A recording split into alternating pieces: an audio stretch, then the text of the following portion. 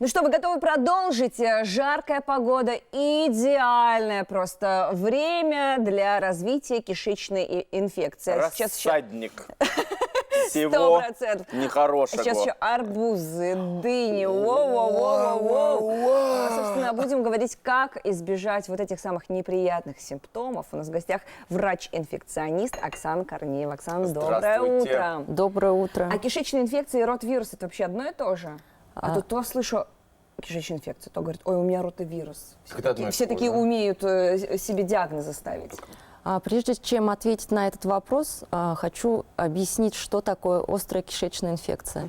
Это большая группа инфекционных заболеваний, вызываемая патогенными, условно-патогенными бактериями и вирусами, к которым относится ротавирус. Помимо ротавируса, эту инфекцию может вызвать энтеровирус, норовирус, и в том числе на сегодняшний день актуальная инфекция, новая коронавирусная инфекция, может протекать с кишечным вариантом преимущественно в детском возрасте. Вот, я тоже слышала, что ковид маскируется под кишечную инфекцию. А что там, такие же признаки, как температура? Рвота, диарея? Как любая мамочка знает, как проявляется кишечная инфекция, это диарея, рвота, повышение температуры. Да, новая коронавирусная инфекция протекает у детей под маской кишечной инфекции. У детей именно или у взрослых У тоже? взрослых тоже случается, но Реже. А это и есть вот этот штамм дельта? Говорят, вот у него такие симптомы рвота, Диарея. На сегодняшний день в нашем городе именно по штаммам пока не диагностируется. Собственно, вы говорите, каждая мамочка знает симптомы кишечной инфекции. То есть правильно я понимаю, что кишечная инфекция чаще все-таки у детей встречается, нежели у взрослых? Совершенно верно, но и взрослые люди, к сожалению, не застрахованы. Если нарушается личная гигиена или употребляются некачественные продукты питания. За ребятишками-то не уследишь. Взял, схватил, тут же в рот, руки не помыл, все это в рот. И поэтому такая ситуация со взрослыми полегче в этом плане. Вот со взрослыми полегче, давайте тогда про взрослых. Можно сделать так, чтобы вообще не знать, что такое кишечная инфекция? Но мыть руки, наверное, это первостепенно, потому что не зря кишечную инфекцию называют болезнью грязных рук. Но опять же, как, обращаясь к вышесказанному, от этого никто не застрахован, так как имеются кишечные инфекции, вызываемые вирусами. То есть они распространяться могут воздушно-капельно, на водоемах. Поэтому даже если вы очень чистоплотный человек и употребляете продукты высокого качества, вы не застрахованы от этой инфекции. Итак, значит, кишечная инфекция может быть от немытых рук, от купания в запрещенных местах, стоячих И водоемах. даже и не в запрещенных. Вот недавно новостные паблики уфимские именно пестрили заголовками о том, что люди искупались в озере Теплое и начали покрываться какими-то штуками. Поэтому вот тебе, пожалуйста. покрываться штуками, это не кишечная, наверное, все-таки инфекция. Это что-то какая-то что-то инфекция. кожное. Ну да. Стоячие водоемы, грязные руки, Некачественные продукты, некачественные. испорченные, неправильное хранение. А я То есть слышал. это то, что мы едим и как мы едим. Два пути инфицирования. А вот я еще слышал такую штуку, что можно в быту очень и очень просто подхватить какую-нибудь такую хворь, просто потому что, например, долго губкой пользуешься для посуды, для мытья посуды, и там скапливается какое-то невероятное количество всякого.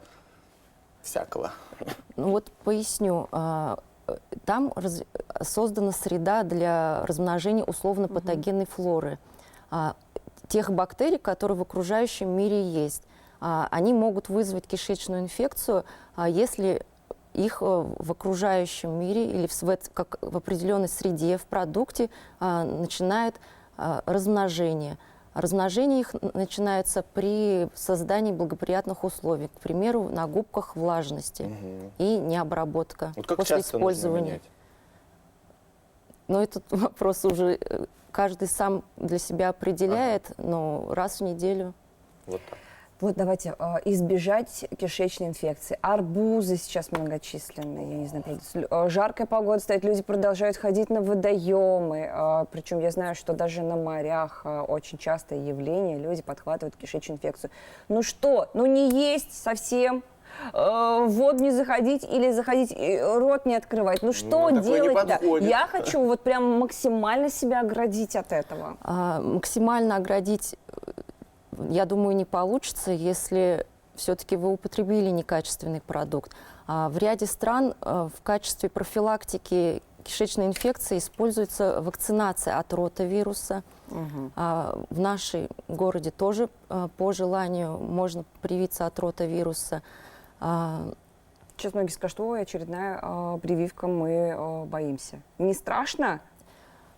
Я хочу здесь сказать то, что человек все-таки не застрахован, и если все-таки вы заболели, то нужно обратиться к врачу при наличии симптомов, таких как, ну, я буду сейчас как педиатр больше ориентироваться на детей, это если ваш ребенок уже самостоятельно не может пить, или после каждого питья у него повторные рвоты, наличие сочетания симптомов, одного из симптомов с повышением температуры, то есть диарея плюс температура, рвота плюс температура.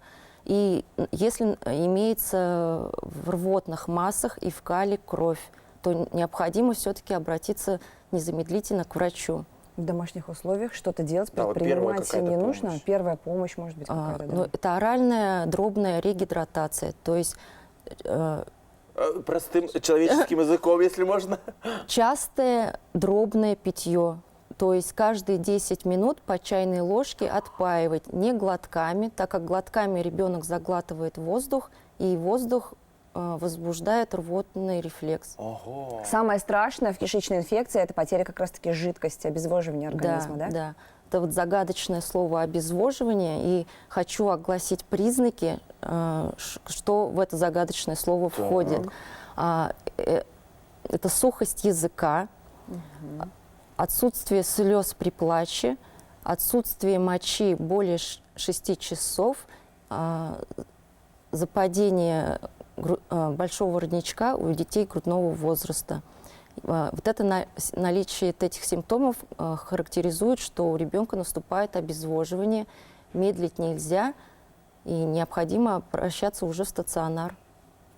Ну, взрослые, мне кажется, до последнего тянут, не идут в больницу, собственно, пытаются как-то самостоятельно восстановиться. Вот что касается взрослого населения, если вдруг уехали куда-то отдыхать, на море находится, это не страховой случай, ну, допустим, да, что делать взрослым?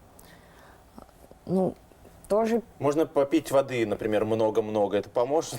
Ну, первое, что приходит в голову. со взрослыми попроще, у них реже всего наступает обезвоживание, но самолечение у взрослых людей, как правило, может закончиться либо осложнениями, либо последующими последствиями. все равно обращайтесь к специалистам. Совершенно верно. Оксана Корнеева, врач-инфекционист, была сегодня вместе с нами. Берегите себя, будьте предельно аккуратны, мойте все-таки чаще руки, употребляйте в пищу качественные продукты. Вот за этим, к сожалению, порой сложно углядеть. Вот особенно Да. арбузы, вот эти вот, где-нибудь, знаешь, по трассе едешь, стоит какой-нибудь грузовичок, продает Который арбузы. насобирал на себя купил. всю пыль и грязь Ой. дорог российских. Будьте здоровы, пусть у вас все будет классно. Мы продолжаем прямой эфир. Дальше больше.